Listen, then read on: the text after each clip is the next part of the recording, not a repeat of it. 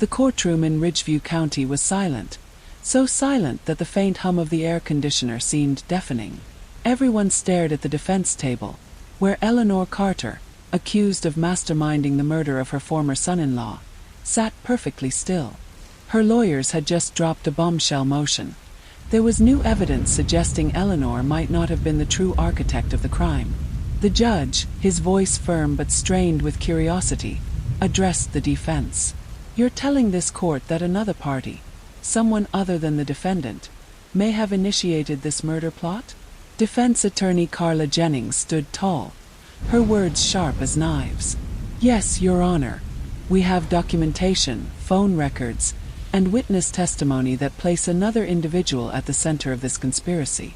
Someone who has, until now, been overlooked." All eyes darted to Rachel Carter, David's ex-wife, who sat in the gallery with her hands trembling.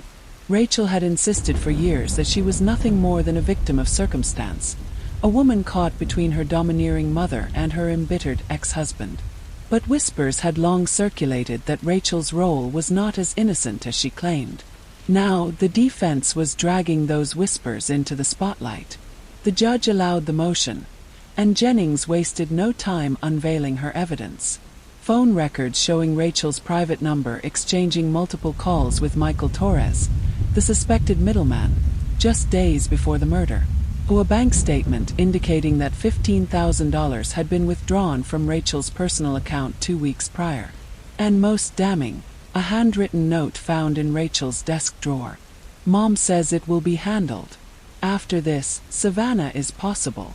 The gallery gasped.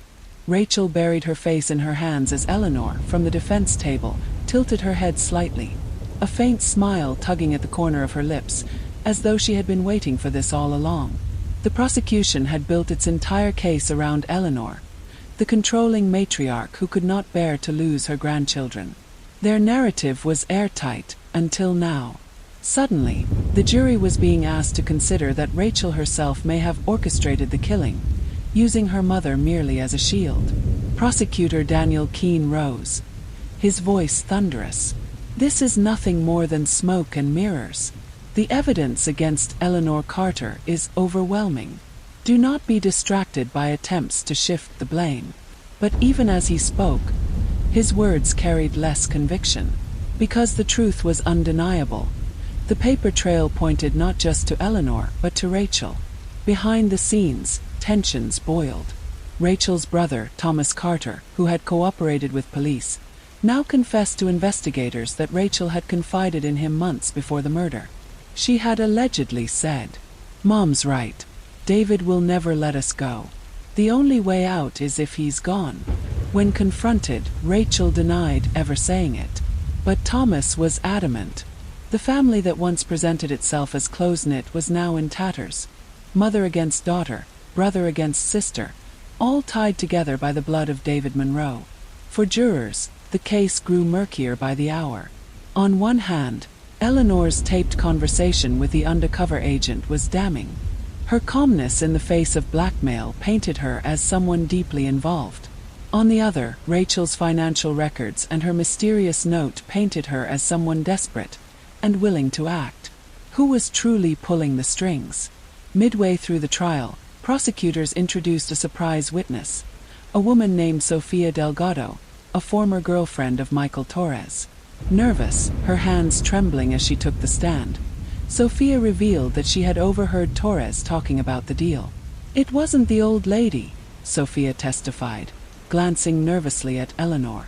"It was the daughter, Rachel. She wanted her ex gone.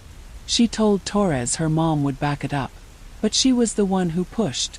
Gasps echoed again through the courtroom. Eleanor leaned back in her chair, her eyes glinting with vindication. Rachel's attorney objected furiously, but the damage was done. Just when it seemed the case had reached peak chaos, another revelation emerged. Detectives had continued combing through Eleanor's seized electronics. Hidden within an old laptop, investigators discovered deleted audio recordings, private conversations between Eleanor and Rachel in the months leading up to David's murder. One chilling snippet was played in court. "Rachel, I can't be the one to do this, Mom. Eleanor. You won't have to. I'll handle Torres. Just stay quiet. The courtroom froze. If true, the tape seemed to confirm both women's involvement, Rachel's desire and Eleanor's execution of the plan. But the defense quickly countered, arguing that the recording was taken out of context. A moment of venting twisted into something it was not. Still, the jury's faces were pale, unsettled. As the trial stretched into its third week, the tension reached a breaking point. During cross-examination, defense attorney Jennings suddenly dropped a name that had not been mentioned once in the case. Robert Monroe, David's younger brother. Jennings claimed new information suggested Robert may have been secretly involved, possibly even the one who hired Torres initially, using the Carters as scapegoats. The courtroom erupted. Reporters dashed out to break the news. Rachel let out a strangled sob. The judge slammed his gavel, demanding order. But it was too late. The shadow of suspicion had widened yet again. And as Eleanor sat silently, her face unreadable, one thought consumed the gallery. Had the entire investigation been focused on the wrong family all along? Dear viewer, don't miss the concluding part.